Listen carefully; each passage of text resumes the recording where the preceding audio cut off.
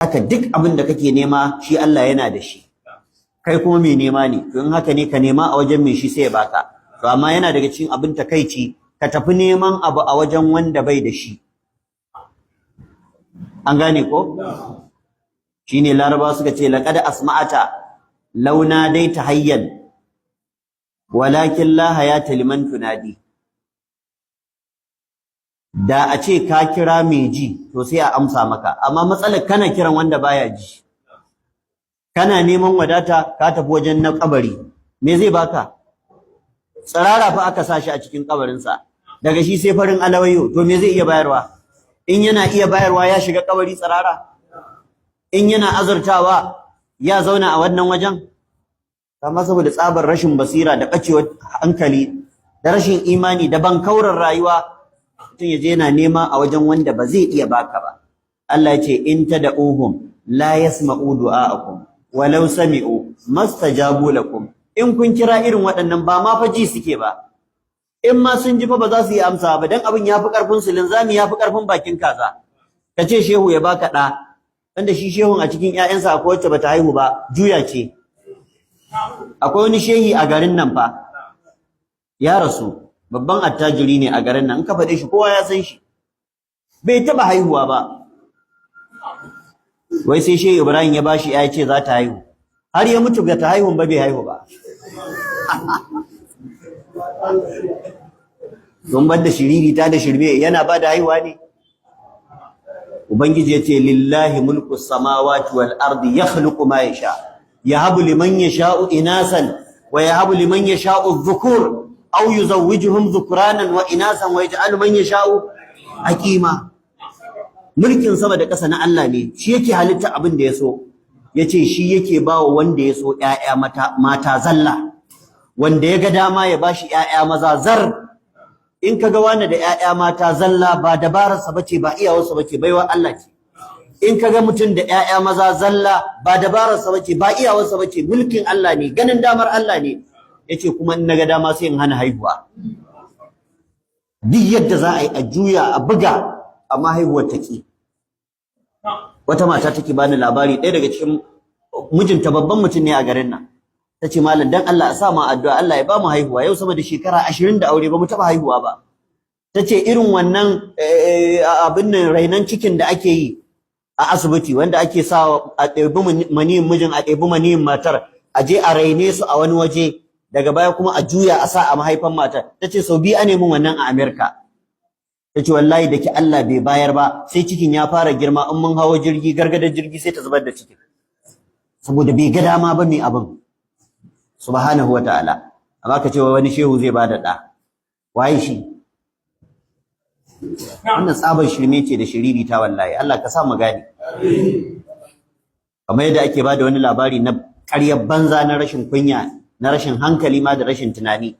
Wai Sida Abdulkadir ne, shi dai mutumin kirki ne, amma wannan ƙaryace-ƙaryacen suna nan birjin an masa. Wai wani almajirinsa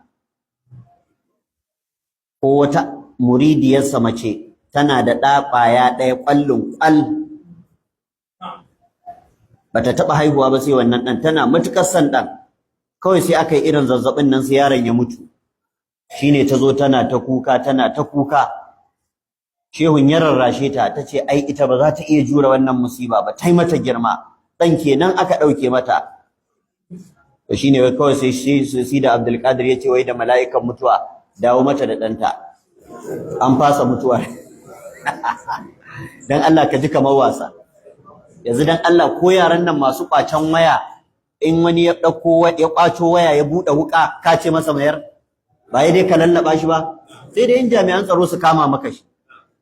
Amma mala'ika saboda ba su san meye girman mala'ika ba, wa ma qadarullah haqqa qadarihi, saboda tsabar wasa da Allah. Wai Sida Abdulkadir sai ya ce da mala'ikan mutuwa mayan masa da ransa, sai ya ce a'a ni Allah ne ya sani. Ya ce nace ka mayan masa. Inna lillahi wa inna ilaihi raji'un. Kaji wannan kalmar ta rashin mutunci ba. To kaga da yin haka kai ka san me wannan magana ƙarya yake, bai san Allah ba. In dai shi Sida Abdulkadir din waliyin Allah ne na gaske, aka ce masa Allah, ai magana ta ƙare. Amma wai sai aka ce a yadda aka ce dan magana duk ta kare a aka ce wai mayar masa, mala'ika ce ni ba zan mayar ba, yace nace mayar masa, yace ba zan mayar ba, ba zan mayar ba. Wai kawai sai mala'ika sai ya fusata, wai ya fusge jakar rawukan gaba ɗaya ya sake su a duniya. A ranar duk mataccen da ya mutu sai da ya tashi. Wal iyazu billah. To kalmar da ta biyo wannan baya ta rashin mutunci, ta rashin kunya, ta rashin albarka, wai sai mala'ikan mutuwa ya je wa Allah ya ce wai ya ubangiji, rawukan da na karɓo ga wani bawa can kaza kaza ya kwace ya abin nan. Yace to ai kai ka ja mana. Wal iyazu billah. Wai da ka sani ka bashi kwaya ɗayan man. To duk irin wannan maganganun zaka ga ba wani abu suke so ba, sun yadda su wulakanta Allah dan su girmamawa shehunan su. Shine kawai saban, a wulakanta Allah a girmama shehunnai.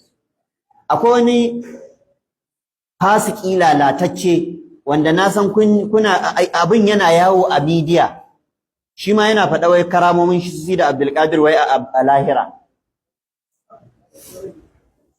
A yake cewa wai Sidi Abdul Qadir zai tada balli, za a yi bala'i a lahira. Shi ya dauka lahirar yo ko filin kwallo ka je ka ce za a yi tashin hankali, amma ka ce wai a lahira wai za a yi tashin hankali. Akwai shehun da a garin nan ya faɗa da kunne na naji, ba labari aka bani ba, duk da ya mutu. Yace wai Sidi Abdul Qadir ya ce ba dan kunyar Allah ba, wai zai kawo aljanna tun daga nan duniya ya sa almajiransa, kuma sai ya kashe wutar, wai dan kar su bata wa Allah tsari, su bata wa Allah shiri, wai da sai su yi haka. Waɗannan maganganun fa da su ake bautar da mutane a ƙasar nan. Kaga ana gaya wa tsoho waɗannan maganganun yana ta kuka. A lokaci guda zagin Allah fa ake, wulakanta Allah ake, amma ana kambaba shehuwa ne, ana girmama shehuwa ne. Saboda me? Mutanenmu suna son Allah so na gaskiya, amma sun fada hannun 'yan sari. Waɗannan sadaka yallan masu neman falala tun da suka fara tsallakowa ƙasanmu ba kawo alheri ba, sai da falala, tun daga nan muka shiga uku. Suka raba mutane totally da Allah, suka haɗa su da bayi 'yan uwansu. Irin abin da za ku ga a yau, da'awar sunna da da'awar tauhidi ta sa ko suna so ko ba sa so wani abin sai dai su ja baki su shiru, ba zai faɗi ba. In kuma ya faɗu to hankalinsu ya tashi kenan, sai sun yi ta ƙoƙarin ya za su yi su tare damejin, yanzu kwanan nan ba kun ga wani ɗan shi'a ba, wani dattijo abin tausayi, ya je Iraki ya dawo, wai ya je ziyara, ya ce wai ka je Iraki sau ɗaya ziyara kabarin Sayyidina Husaini, wai sai ka je Makka sau 70 zaka tar da wanda ya je sau ɗaya Iraki. Me yake so ya ce maka? Iraki tafi ina? Tafi Makka.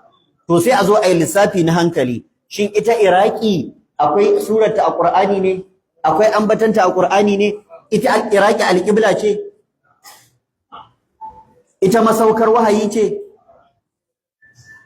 A yau kowaye yake kwance a Iraki, in dukkan annabawan duniya ne suke kwance a Iraki, manzo Allah ɗaya da yake kwance a Madina ya fi su kaf. Za ka taɓa hadawa ba. Ya fi su, yana raye da bayan rai. Amma yau hankalin mutane ya juya, yanzu wani zai ce ƙwarai kuwa, kuma zai wahala wannan tsohon a ce ya taɓa zuwa Makka. Yanzu da yawa za ka samu waɗanda ba su je Makka ba amma an kai su can. Irin yadda 'yan ɗariƙa suke kai mutane Senegal a yau, sai ka ga mutum yana murnar ya je Senegal, bai damu bai je aikin hajji ba, bai je umara ba. To ko da wannan ya isa ya nuna maka cewa da'awar sunna daban take. Sunna ce ba ta da wani shehi sai manzon Allah, ba ta da wani gari mai alfarma sai Makka sai Madina. Amma wallahi duk wata bid'a da kake gani, ko an kira annabi fakewa akai da guzuma dan a harbi karsana, amma akwai inda ake so a kai ka.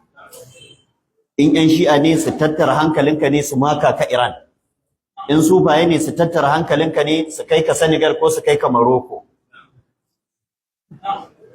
A ce maka falalar shehuwa ne, falalar waliwa ne, falalar kaza, amma mu sai dai a ce maka falalar annabi, falalar sahabbai. Wannan shine magana ta gaskiya, wannan shine abin da yake Allah da aiki suke so, kuma wannan shine abin da zai haɗa kan al'umma. Yanzu kaga mu ba mu yarda da zuwa Iraki ba, saboda babu nasi. ba aya ba hadisi. Ba mu yadda da zuwa Senegal ba, babu nasi, ba aya ba hadisi. Amma su sun isa su ce ba su yadda da zuwa Makka da Madina ba.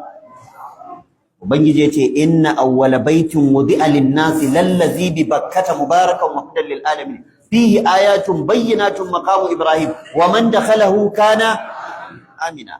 Makka ce Allah ya madaukakin sarki yace da Ibrahim kai shi la'azo wa azzim fin nasi bil hajji ya'tuka rijalan wa ala kulli dhamirin ya'tina min kulli fajjin amir liyashhadu manafi'a lahum وإذ جعلنا البيت مثابة للناس وأمنا واتخذوا من مقام إبراهيم مصلى. kaga duk wanda yake da awar hadin kai sai a zo a hada akan muttafaqun alaihi. Makka muttafaqun alaiha ne, Madina muttafaqun alaiha ne, ko ba haka ba? Ka'aba muttafaqun alaiha ne. Amma Iraki mukhtalafun fiha ce, Senegal mukhtalafun fiha ce. Ijunan su ma yanzu masu zuwa Senegal ba za su fasa zuwa Senegal fa su tafi Iraki ba, kamar yadda su kuma masu zuwa Iraki ba za su fasa zuwa Iraki su taho ina Senegal ba. Amma mu da su dole uwan naki za mu je mu hada aina a Makka a Madina. To kaga ashe akwai abin da Allah yake so mu hada akai, akwai kuma abin da waɗansu suke yi na raba kai. To sai su bar nasu na raba kai su zo su bi na Allah na manzon Allah sai a hada kai. Amma in ba haka ba wallahi ƙarya ne, san zuciya ne kawai. To da haka dai ya ƴan uwa mu sani cewa Allah madaukakin sarki sama yake da kowa, sama yake da komai, kowa mabukaci ne zuwa gare shi, kowa talakansa ne subhanahu wataala, shi ko shine cikakken mawadaci. Da haka Sheikh Fauzan yace fa kullu shay'in ilayhi faqirun, duk wani abu da ka sani mabukaci ne zuwa ga Allah subhanahu wataala.